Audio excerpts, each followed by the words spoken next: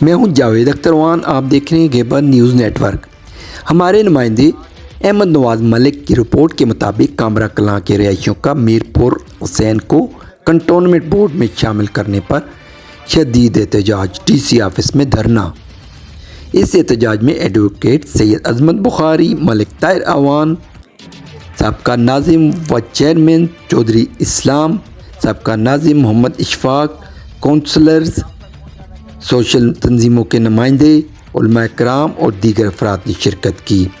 کامرا کلاں گاؤں جو کہ 3 دیہات پر مشتمل ہے، میر پور حسین، ارتک پور اور کسراں شامل ہیں۔ کامرا کلاں کا سب سے بڑا گاؤں میر پور حسین، جس کے رجسٹرڈ ووٹوں کی تعداد تقریباً 4,500 ہے۔ اس گاؤں میں government high school, union council کا دفتر اور بی ایچ یو بھی واقع ہے، جسے کنٹونمنٹ بورڈ میں شامل کر دیا گیا ہے، جس کی وجہ سے اس کے ووٹر بھی پی پی 3 اٹک سے پی پی 1 ہزروں میں منتقل ہو گئے ہیں، جو کہ یہاں کے مکینوں کو کسی صورت منظور نہیں۔ مزید تفصیل جانتے ہیں اس رپورٹ میں۔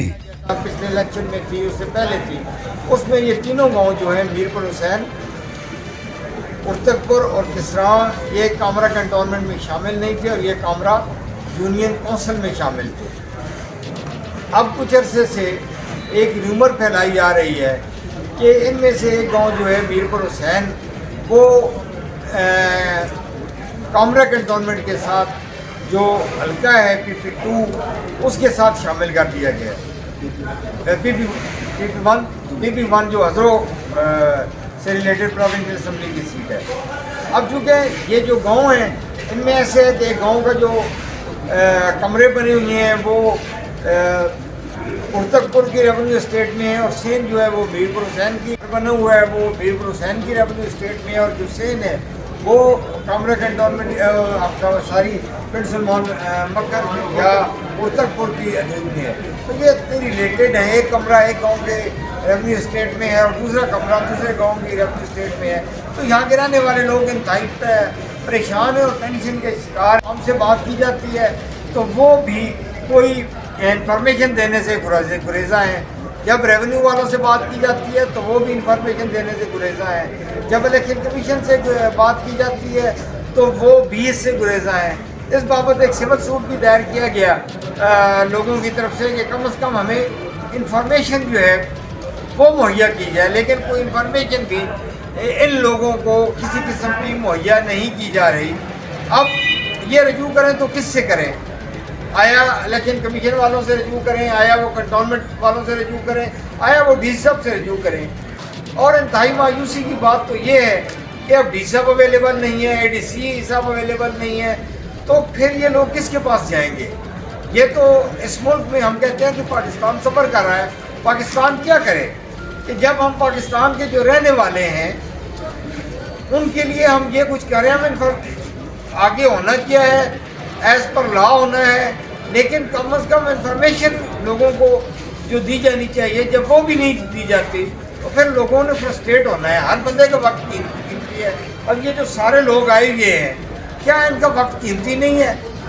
اب یہ گزارش صرف وزیر اعلیٰ پنجاب سے کی جا سکتی ہے کہ وہ ڈی سی صاحب کو کہیں کہ وہ یا خود موجود ہوں یا ان کی جگہ پر کوئی موجود ہو، تاکہ لوگ اپنی ان سے گزارشات کر سکیں، لوگ ان سے مل سکیں، لوگ ان سے بات کر سکیں۔ لوگ کس سے بات کریں؟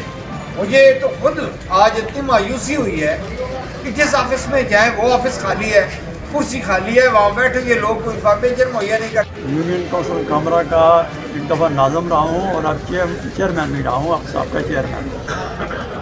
کچھ عرصہ پہلے یہ کنٹونمنٹ کی طرف سے ایک ٹیم آئی تھی جو مردم شماری کر رہے تھے، تو وہ ہم نے اعتراض کیا کہ آپ کنٹونمنٹ کی طرف سے ہیں جبکہ ہم انڈیپینڈنٹ یونین کونسل کامرا بھی شامل ہیں، آپ کیوں ہماری کر رہے ہیں مردم شماری؟ تو انہوں نے کہا جی کہ یہ صرف ہم مردم شماری کر رہے ہیں، اس کا الیکشن یا الیکٹورل کالج سے کوئی تعلق نہیں ہے۔ ہم نے احتجاج کیا تو وہاں اے سی صاحبہ اٹک سے جہاں سے گئیں، ان سے بھی ہم نے احتجاج کیا، تو انہوں نے کہا جی کہ ہم آپ کو گارنٹی دیتے ہیں کہ آپ ادھر کنٹونمنٹ میں شامل نہیں ہوں گے، یہ صرف مردم شماری ہے۔ تو اس طرح وقت گزرا۔ اب جب ہماری لسٹیں بن کر آئی ہیں تو وہ ہماری لسٹ ہے ہمیں اس میں کنٹونمنٹ میں شامل کیا گیا ہے.